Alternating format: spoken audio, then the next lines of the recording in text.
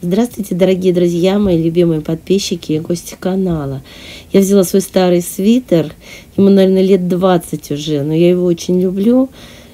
Как бы я ни толстела, ни худела, он мне как раз всегда, поэтому я его не выкидываю. И вот у меня такие нитки я купила прям за 80 рублей моток.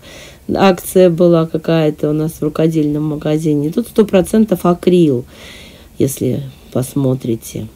И буду вышивать я этими нитками по своему свитеру. Я хочу попробовать вышивку крючком, тамбурными стежками. Видите, нитка такая меланжевая, цвета меняются. И я надеюсь, что получится хорошо. Ну, по крайней мере, я ничего не испорчу. Вышивать буду с помощью пяльцев, потому что удобнее вот этим крючком, тамбурными стежками вышивать именно когда натянута все-таки основа. Вот, что я делаю? Я вообще этим занимаюсь впервые, можно сказать. Я видела в интернете, девочки делают, но я решила попробовать сама. Вот так вот нитку продергиваю крючком. Здесь вот краешек нитки попался под цвет свитера, не очень видно. Я поэтому немножечко ее перемещу там, чтобы на более видный цвет попадала. И вот так вот нитку снизу я поддаю своей рукой левой. У меня там палец указательный, на нем нитка надета. И я вот так вот поддаю немножечко эту нитку снизу на пальцы. Я потом покажу попозже, как это выглядит. Постараюсь. Просто снизу я не знаю, как это снять. Вот так вот я поддеваю нитку. Вот. И тамбурными... Ну, это воздушная петля называется, да, вот в кружевах, во всех таких вязании крючком, но только эта воздушная петля, получается, идет через мой свитер. Если вы обратили внимание, там достаточно редкие такие вот, редкая вязка, все видно там снизу, я надеюсь, вам тоже видно. С помощью левой руки я еще регулирую натяжение вот этой нитки, так, чтобы у меня подача этой нитки была нормальная. Вот этот кончик, который у меня остался, вот он его дергаешь, ничего не распускается. Он там уже как бы, как закрепочка такая получилась. А вот эта сторона, где вот этот кончик, где петля у меня идет, она легко распускается. Поэтому при случае я и смогу распустить, если что-то мне не понравится. Вот прям легко распускается. Этот кончик вот никак, а вот эта сторона прям раз и хорошо вся выскакивает. Вот, видите? Еще момент. Вот эта ниточка, которая у меня с изнанки была, я ее продернула на лицо, потому что она мне мешала. Когда я вот подходила к серединке своего цветочка, мне очень часто на руку, на палец, вот где у меня подача нитки снизу происходит, попадалась вот эта ниточка. И я все время путалась, что мне там захватывать. Она меня путала. Поэтому я ее продернула на лицо пока что, чтобы я ее видела, и она мне не мешалась.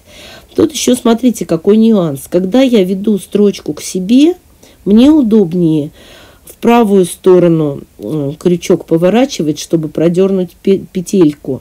Видите, я иду на себя и поворачиваю крючок. Когда я вытаскиваю вот эту петлю, я немножечко разворачиваю крючок, чтобы продернуть ниточку в петельку.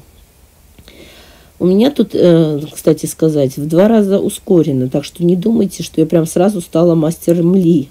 Получается, правой рукой я работаю крючком, а левой рукой я вот это вот натяжение нитки могу регулировать, причем как той петельки, которую я вытаскиваю, так и той петельки, которая у меня в данный момент уже находится на крючке. Кстати, я попробовала более толстой ниткой вышивать вот с помощью вот таких вот петелек этим же крючком. И получалось гораздо хуже. То есть вот разница между толщиной крючка и толщиной нитки должна быть, потому что вот толстыми нитками у меня прям совсем еле-еле, с большим трудом.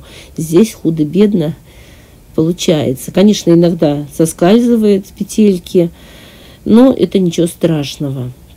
Я уже как-то так немножечко приноровилась. Большое значение имеет вот все-таки вот этот вот навык, наработка навыка. Когда начинаешь заниматься чем-то, каким-то новым делом, то самое главное не отчаиваться, если сразу не получается. Потом начнет получаться. Вот сейчас, если обратите внимание, я сейчас строчку веду от себя, и я петлю продергиваю, получается, к себе.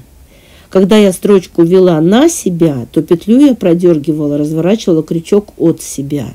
Видите, какие тонкости, как оказалось. У меня это все получилось методом проб и ошибок. Я просто поняла, что мне так неудобно, а вот так вот удобно. И в результате какая-то система выявилась. Представляете? Ну и вообще, чем дальше, тем у меня стало лучше получаться. Если обратите внимание, то здесь я уже прямо продергиваю петельку сразу в предыдущую. То есть прям вот у меня стало прям действительно получаться.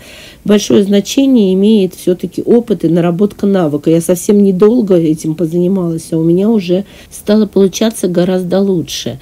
Кроме того, что я вот внизу сделала, я еще решила вот немножечко ворот обработать, тоже вышить. И здесь у меня даже может быть, получится вам показать, как я это делаю, чтобы вот так как вам не видно было, что снизу происходит. Здесь это не так далеко, поэтому я вам сейчас постараюсь показать. Вот так вот я снизу крючком зацепляю нитку и провожу ее вверх, и потом продеваю в петельку. И также каждый раз с каждую следующую. Но я вообще, если честно, решила просто попробовать, потому что свитер старый, я в люди уже в нем давным-давно не хожу, так, если на дачу, под одеждой, вообще его никогда не видно. Вот я 2 таких строчки провела вдоль горловины, только с передней стороны, заднюю сторону я не вышивала, и горловину в том числе. Вытягиваю петельку, ниточку из петельки, обрезаю.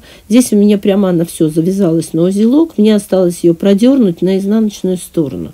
Я это делаю с помощью крючка, так же, как и до этого я все делала.